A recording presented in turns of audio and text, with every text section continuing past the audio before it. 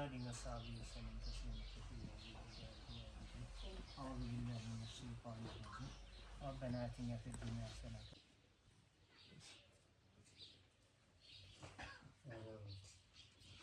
فيز الله ميكائيل عبد الله خلشة وقندمة للصالي هفتاونوي بام تعين بلسا ومزقفتي اشتبه رحمي خودي بارماجي از عمري خواي كرت بس للرجاء يك تعين بو امنهار لقالي خزمتي ومزقفتهم كردية صالي انه هفتاونوي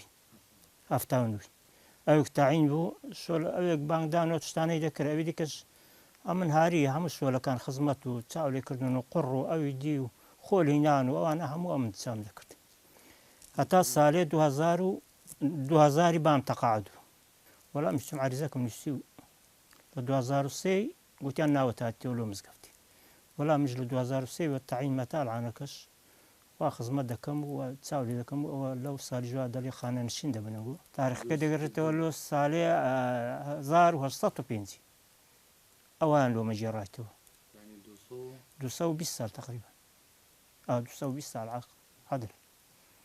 اول كرديتان وقتی درستیان کردیا و دیارانەوە پان نەبیە تەسکتر بێ و کچکەتر بێ وها بە مەزبوطین چیان نەکردیە ئەو وەختی دوو تەریقەت بێ تەریقەی نەخشەبەندی و تەریقەی قادری تەریقەی قادری دەکە دەورێش ئێ نەخشەبەندی دەکە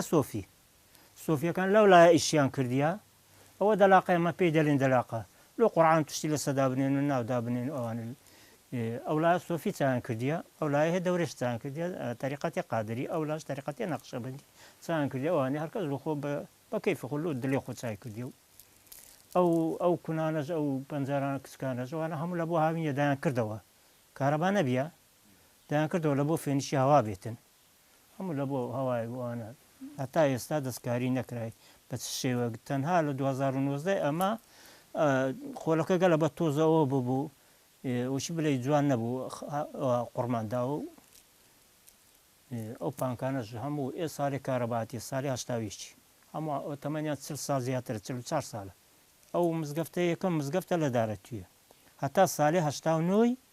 بزو مزقفته بو لا هشتاونوي او مزقفته كر بيدري مزقفته قورا او انا كرد جمعة كان بردا ايرا ما ولو جماعتي بس جماعتي اللي ذكن جيزنا وغضبا وانا ما لو مزقفته كرد دي ولا مزقف زور بوجه صار بينز مزقفتي دياك تقريبا على حج مزقفته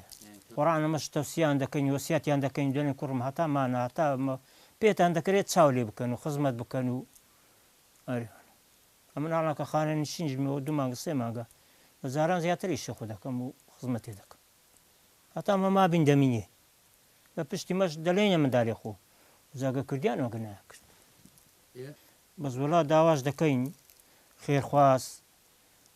دولة من داك لهاتياك لومان دري لا دري دواركي لومان تابوش لبا تاكا تابوك لبو باراني خولك قلق كون بيا بين دبيا ما قردينو قركش باران لي دبر بردبتو لا دري بتتابوك زورك هاوش خوي بمنيتو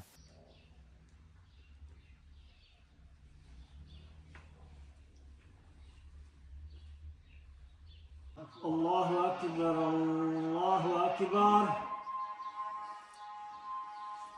الله أكبر الله أكبر